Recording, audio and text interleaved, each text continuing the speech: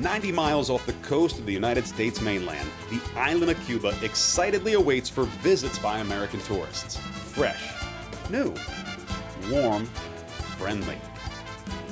Thanks to the Cuba Tourist Board for these brief glimpses of the island. There's a vibrant running community in Cuba, and they come out for the showcase event, the Marathon de la Havana, Havana's Marathon. These highlights are a first for American television. Between the 5K, 10K, half, and the marathon, about 4,500 answered the starters warrants. The event is held in the end of November. The marathon course is 2 loops, with much of it along the waterfront. No surprise for this island country. Heading home for a 2-hour, 28-minute win is Jorge Luis Jimenez.